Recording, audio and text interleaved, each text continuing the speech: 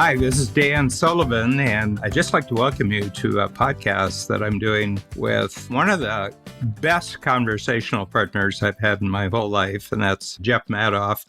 You know, as we've talked over the years, and like most people in my life, I only met Jeff because I know Joe Polish. I have a one-person Rolodex. I just called Joe, and I said, who should I meet now? And so he introduces me to new people. But over the years, visits to New York, being at Genius Network, I've just found that Jeff and I just really find it easy to talk about almost anything and talk about everything. So we've named this series Anything and Everything.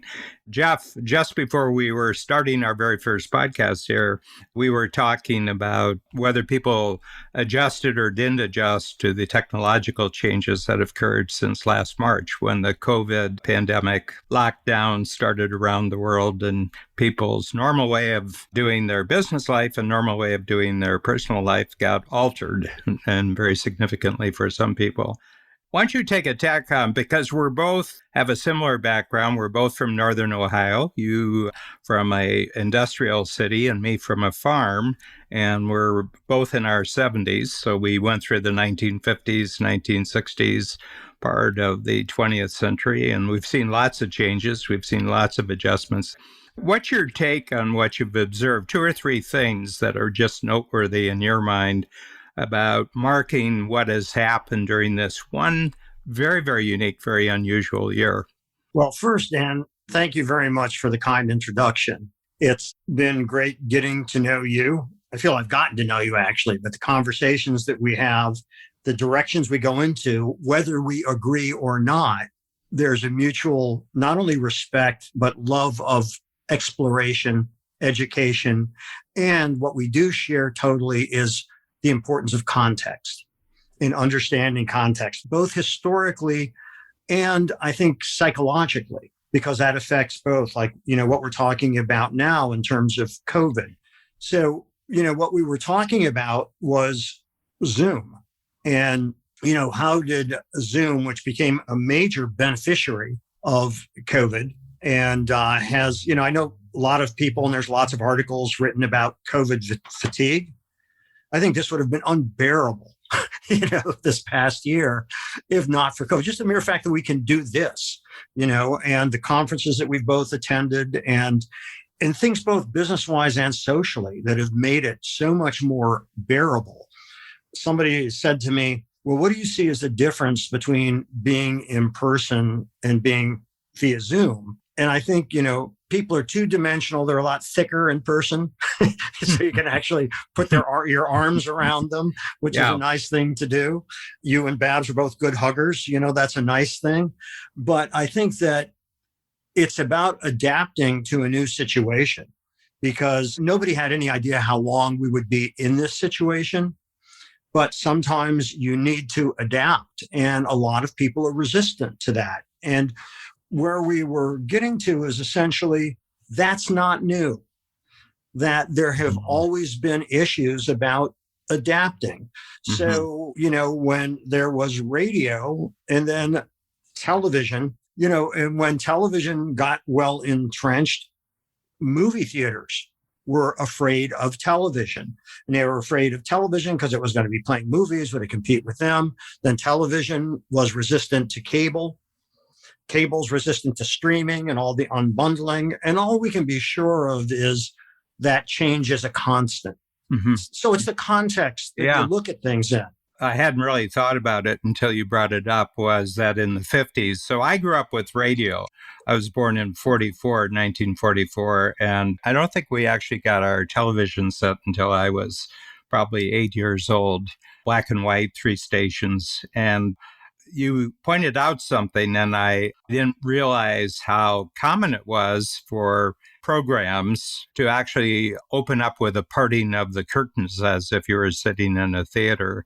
And that's kind of a hold on. It's we're exploring something new, but we want to hold on to our blankie. There's something about the old medium, of theater, and movies did that too, by the way. You would see a lot of movies from the 30s and 40s the opening thing was a parting of the curtains as if you were in a live theater. And there's a lot of touchstones that people try to hold on to something from the old way of doing things, even when they're cautiously exploring a new medium. I think that you bring up the point. There's a phrase, evolution, not revolution. And I think that, when you look at early television and that notion of the curtains parting, well, most of the early, not most, all actually, of the early TV stars, when you're looking at people such as Milton Berle, Jack Benny, Burns and Allen, all of these people, they came from vaudeville. Mm-hmm. And vaudeville, there was a show, the curtains parted and the show started. Did they need to do that for television? Of course not, but it made it familiar. Mm. And that's that, touchstone that you're talking about. And I think, by the way, Zoom did some of those same things. How do you replicate a meeting? And, with technology, it can be either simplified or greatly complicated based on the features that are available to people. The most often heard phrase is, you're on mute, and people don't realize it. And they're talking and you're on mute, So I think that it's interesting to me, not only what you have to adapt to, but in a situation like COVID, also what's it going to be like afterwards. You were talking about how things are better for you in terms of doing conferences and the economic impact using Zoom than in person. So what about that? Someone who has made their living for 30 years doing in-person conferences, you seem to have adapted in lightning speed. Strategic Coach, we have quarterly workshops before COVID, we were up to about 2,700. And these are all business owners, 60 different industries. Probably we had 15, 20 different countries. We operated on the West Coast, LA, and then we had Chicago. In the middle, we had Toronto, and then we had London, England. So we could cover probably half the globe with people who were willing to travel. I remember it was 13th of March in 2020.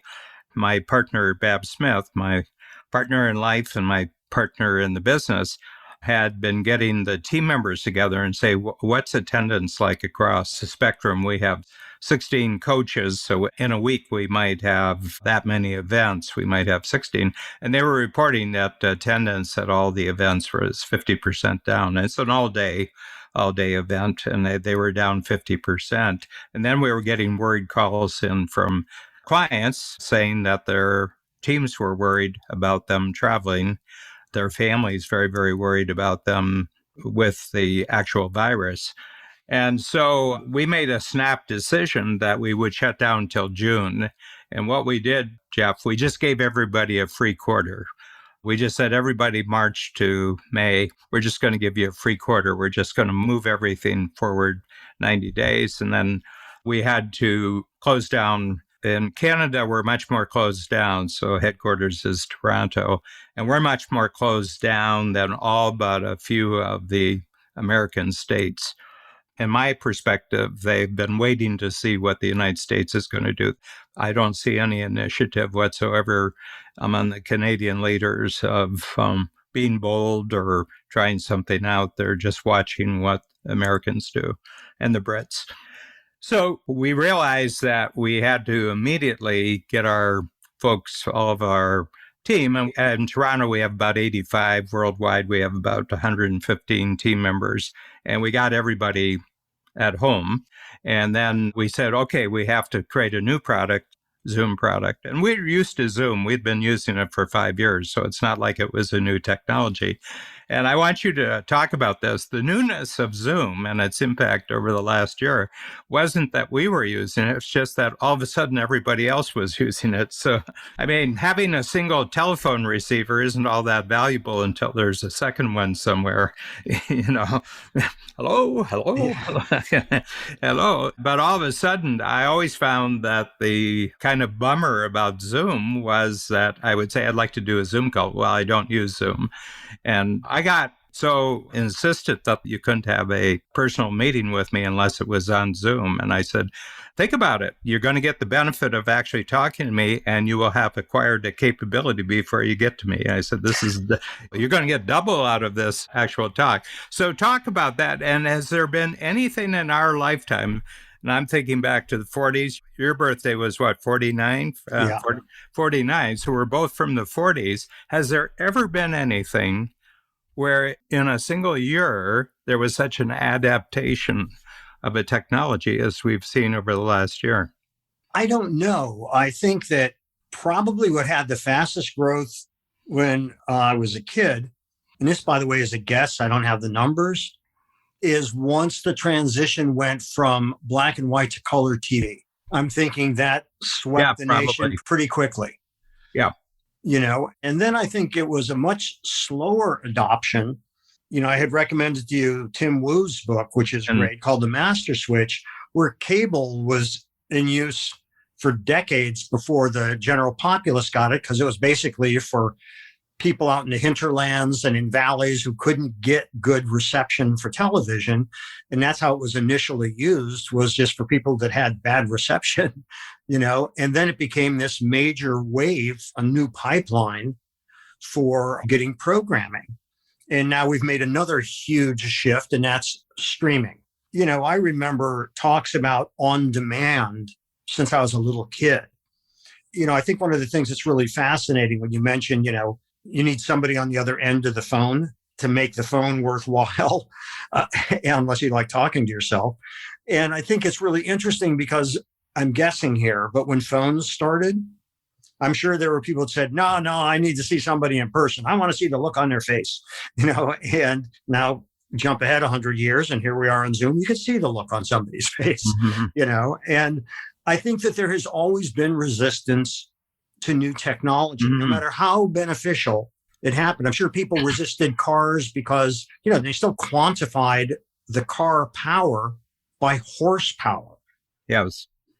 So I think there's always resistance to change. And I think oftentimes the greater the resistance, the bigger the change that's looming. You had a lot of games in play when this happened to you. One is you're teaching professor at the New School in New York City, and this was all in a live in-person classroom. You were also very, very involved in the video productions for major wardrobe brands like Ralph Lauren and Victoria's Secret.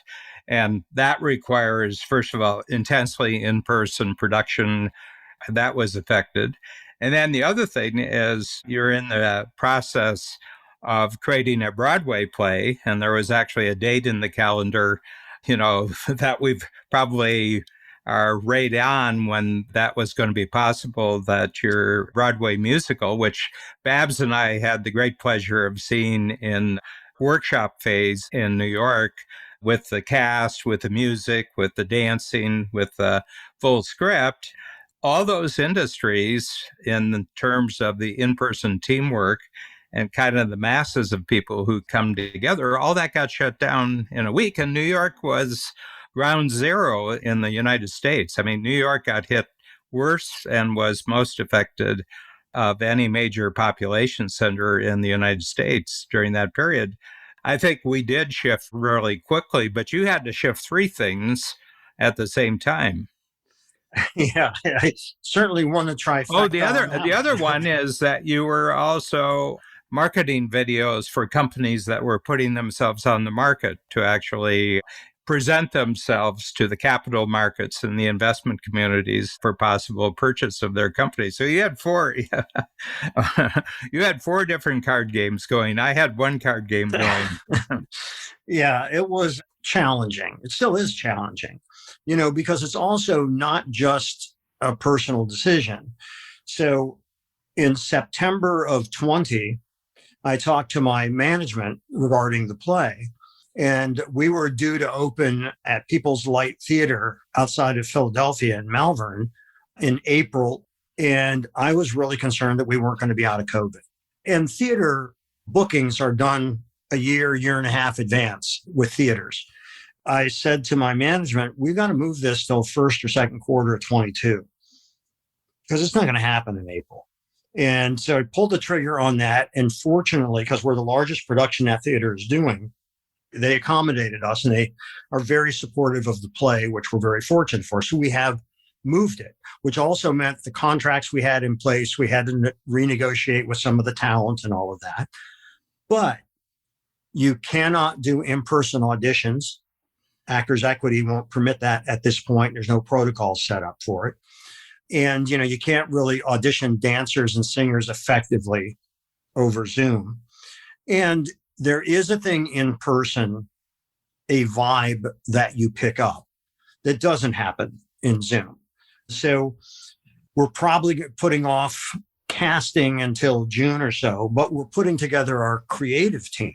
Mm-hmm. And that's been another thing, because the two people we already had signed who are Tony Award winning talents, we had to hope that they would stay with us and be with us in 22 rather than 21. And they have, and they've resigned. And now we're in negotiation with costume and lighting designers, also, by the way, Tony Award winners. And it's looking very positive there. So there are things that no matter what we wanted to do, we couldn't do because of certain regulatory bodies with theater and so on. And it's still not clear what the protocols are going to be.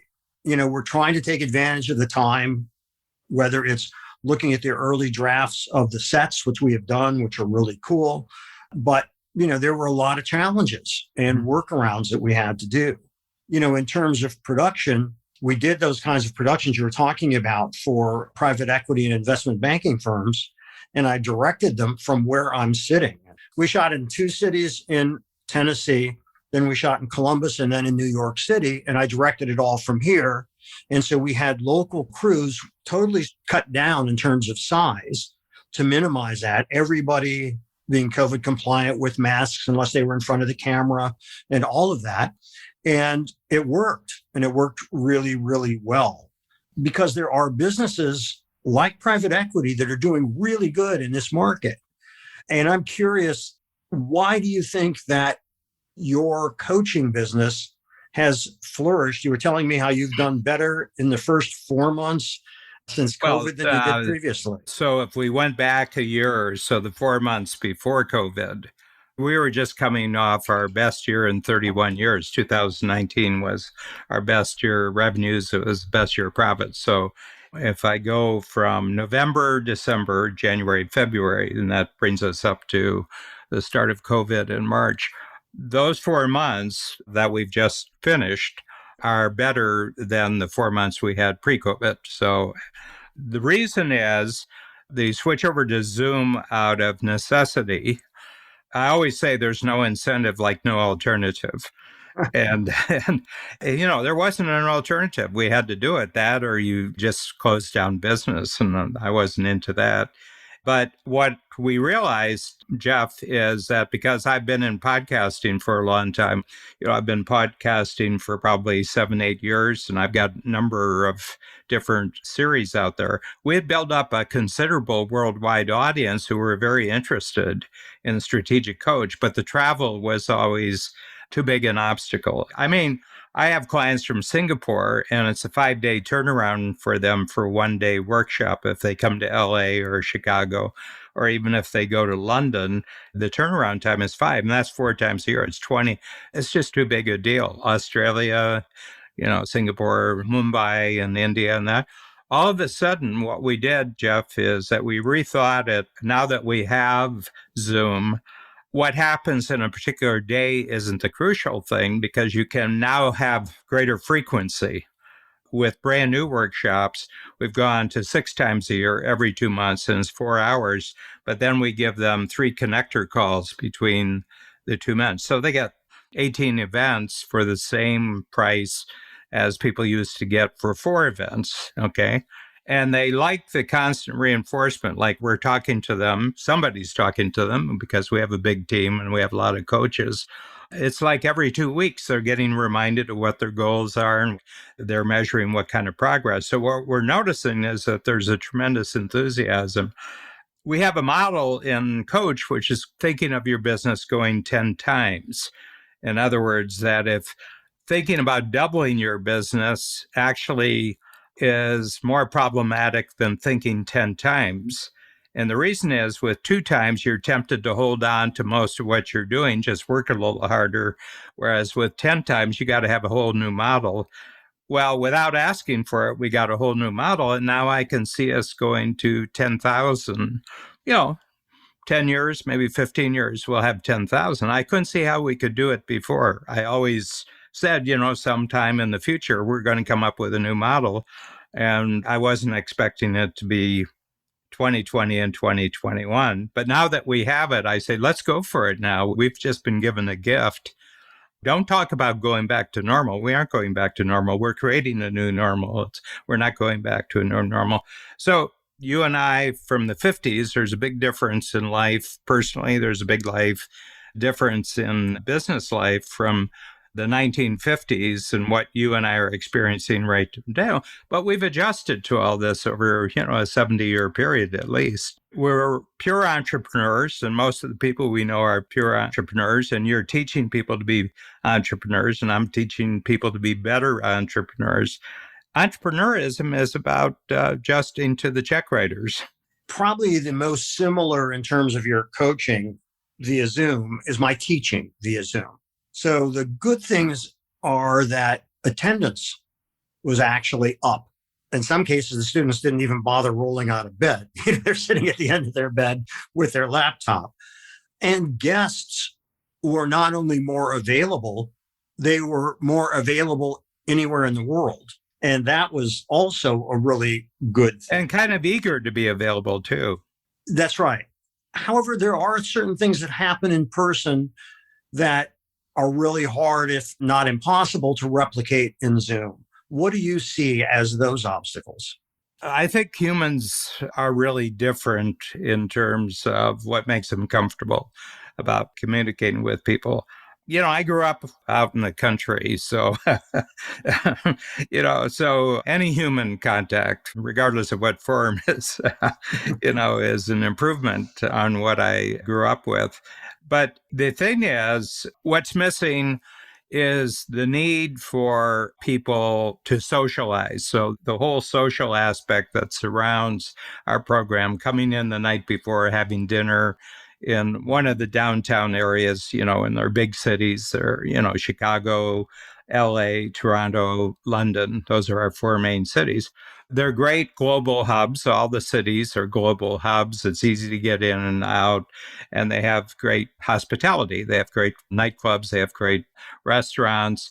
And the other thing is people have strong social connections, and that's not available. So I think that's the biggest thing. The other thing is that there's a lot of people who are uncomfortable on camera, more than I realized. They're very, very self-conscious. They're looking at a screen that has now up to 49. It's got 49 squares on it. And I think that they get distracted by it. So the people who don't like it, I think you can't make any general comments about them. And the people who really love it, I think there's something nervous system unique about this. This is what I've discovered. I think that this is the whole kicking off point for a whole new field of sociology, psychology, neural research, and everything about who adapted really fast and who didn't adapt real fast. I'm pretty easy with technology because I think technology is just teamwork that's been made automatic. It started with teamwork, like theater. Movies couldn't have started unless they had the vast skills that were already in theater, backstage theater. So my sense is we develop skills in one area and then something new comes along and those same skills translate across the border.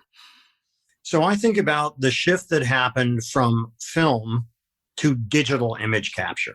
There were a number of people, cinematographers in particular, and directors who refused to adapt and were not interested. And I think part of the reason they weren't interested is it was learning a whole new technology, which initially was inferior. That gap has pretty much been bridged. It's really interesting because of that resistance. A lot of people kind of dropped out of the business. Another thing that happened, not quite concurrently, but not too many years before, was the advent of mobile phones. All of a sudden, you were in touch no matter where you were. And that wasn't a thing from the middle 80s and before. I mean, I didn't get my first mobile phone until the latter half of the 90s. The idea of always being available was not attractive to me. So there are both the technology, but also as you were saying, the psychological impacts of these things, because it's new challenges if you're having to make that switch, or a new way of living if you've always got a phone and you're always kind of available. It's a really interesting kind of a shift. But also, I just wanted to touch on the reasons that some people are uncomfortable on Zoom.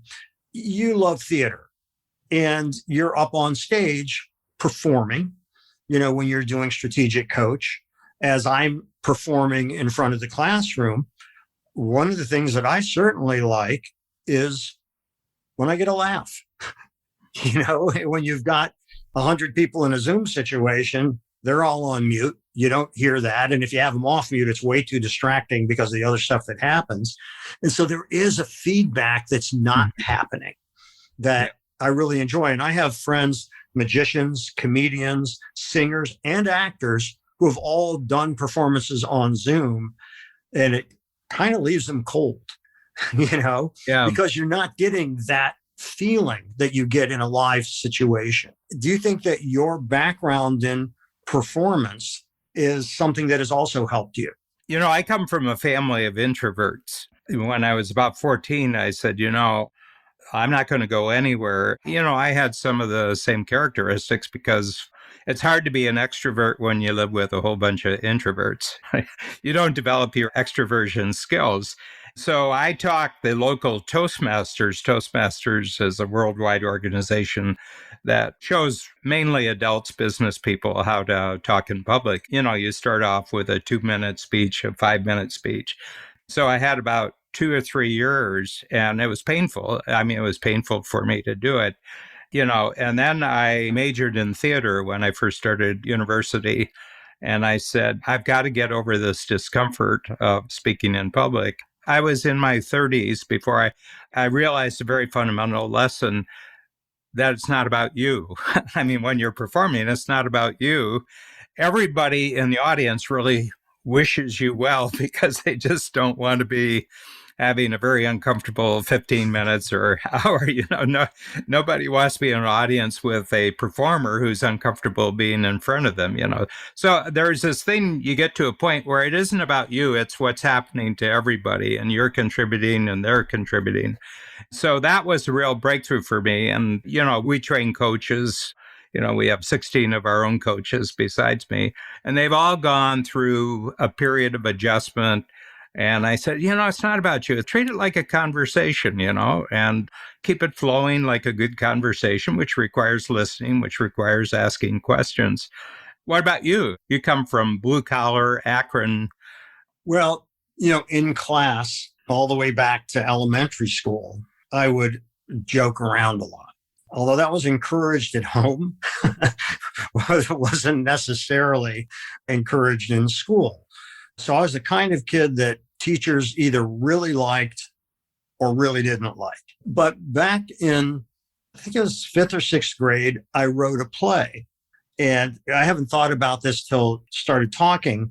And it was a play about history and the different presidents, that a kid falls asleep in a museum and he wakes up and Washington is alive and Lincoln is alive. And you hear from these different presidents and he asks questions. And, now that I think of it, damn it, Dan, I'm going to sue Night at the Museum. I didn't realize, this was 60 years ago. But, there's something quite fun about being in front of an audience, getting applause, getting laughter. That's fun. I enjoy that. I enjoy the reward of that. And that's fun for me. So I think, being someone that always cracked jokes and did those kinds of things, it was pretty comfortable for me to be teaching, to be in front of the camera and doing that. And I realized as a director, this is, of course, when I got older, that the best and most important thing I can do as a director, aside from executing the overall vision, is to make sure that the talent in front of the camera feels safe. Because if you don't feel safe, you're not going to express. And if you're not going to express, it's not going to be very interesting to the audience. So like any other business, if you're a comedian, you don't get a laugh, that product isn't working. You get immediate market feedback when you're in front of a live audience. And I think that's kind of a fascinating aspect of it also. I think with live entertainment, live teaching, coaching, and everything like that, if you're really good, you become unusually alert to shifts in mood, to what kind of feedback's coming, if something's landing or it's not landing. And I think if I could take that and jump across the line into entrepreneurism, that the most successful entrepreneurs are the ones who notice small shifts in the marketplace. They notice very small shifts in mood and they say, oh, what's that all about? What's all that about? Why is there a shift here? I wasn't noticing the same energy as I was getting 3 minutes ago. What's shifted in the last 3 minutes? And I think you test really fast. I think that you try things out really fast. So I'd like to make a connection between the type of skills you pick up by being a live performer to being a much more alert, curious, responsive, and resourceful entrepreneur. Well, it's fascinating. You're absolutely right. And I think that when you are an entrepreneur, you, of course, have to know that there's a market for the goods or services that you are selling. And you can't be the only one in love with your goods or your service. Likewise, performing in front of a live audience, you got to know your market. You got to, as they say, read the room. So that's really a critical skill to develop. So whether you are an entrepreneur, and by the way, I posit that a performer is an entrepreneur. Sure. They're creating their own livelihood out of their idea, and their idea may be singing or acting or comedy or music. But the point is that they need to know their market. They need to know that there's a market for the talents that they have. And they also need to be able to iterate if things seem off and aren't working, and got to figure out why and how to tack accordingly. So I think that there's a lot that they have in common. And I wouldn't put up the wall between performance and entrepreneurship, although most people don't look at it as entrepreneurship. I very much believe that it is. Yeah, and I think it's show business. I said you're safer starting with the model of show business if you're planning an entrepreneurial career than starting with any other skill set that would be more backstage. I think before you can have a profitable backstage, you've got to have a real finely tuned understanding of front stage and front stage value. And a great example of that is Steve Jobs. Yeah. When he got on stage, he knew his audience. And what he was, more than anything, was a great brand steward. And what that meant was he was a great storyteller about why this new iPhone or this new iPod or whatever it was that was new was the greatest thing ever to be introduced. And Apple always had these different modifiers that went along with their products, and there was always a story. So you never heard about, here's how fast the processor is. You never heard, here's the screen resolution. What you heard is the story and why this is so cool. That's what made people want to buy it. Mm-hmm. So I think that there is not a line between that entrepreneurship and that kind of mindset that you need and the showbiz mindset that you need. Mm-hmm. I mean, look at Nike. It's the same thing. It's all about the seduction through story. Well, Jeff, I sat in on a really great class recently of your class at the New School, and it was on branding and what constituted a great brand and what were some of the great brands that people remembered. So I think that'll be a great jumping off point because, first of all, there's a lot of misconceptions of what branding really, really is. So we can actually go through your experience because you've worked in teamwork with some of the greatest brand makers in show business, certainly in the fashion industry, and now in the music industry. I mean, your play is about Lloyd Price, who arguably is the bridge from a completely different genre that preceded rock and roll to rock and roll, that Lloyd Price. And we can talk about your show in terms of branding in the music world and in the fashion world. And also you have a deep interest, and I do too, in the history of technology and what branding means in the world of technology, and how what's happened during the last year is really going to disadvantage some people's brands, and it's actually going to take some other brands and make them more globally dominant. Well, I think, Dan, that you are demonstrating very well the name you came up with for this podcast, which is Anything and Everything, because I think that's what we're going to be exploring, and I love exploring it with you. So thank you. Thank you very much, Jeff. I appreciate it.